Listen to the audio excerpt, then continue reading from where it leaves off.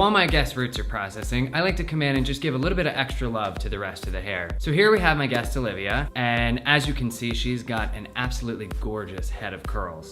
So I have to make sure that I do my best to take good care of it. That's why I'm adding Olaplex to every step of everything that we do. In this scenario, you can see that I've got her root processing.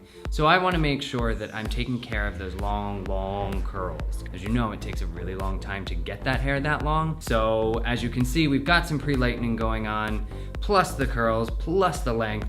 So we really have to do everything we can to take extra care of it, which is why we're doing this extra repair with the Olaplex number 2. So to accomplish this, I went through taking larger sections of her hair and just lightly dampening it so that I can get the number 2 through her hair a little bit faster. And I brought the number 2 all the way up to about where that color is gonna meet, and then just ran it right through the ends. That way I know that I'm building as many bonds as possible and just strengthening and softening that hair. So this is the end result, and as you can see, that is just some gorgeous, bouncy, delicious curl, thanks in huge part to the Olaplex process. For more tips, visit olaplex.com or download the Olaplex app on your mobile device.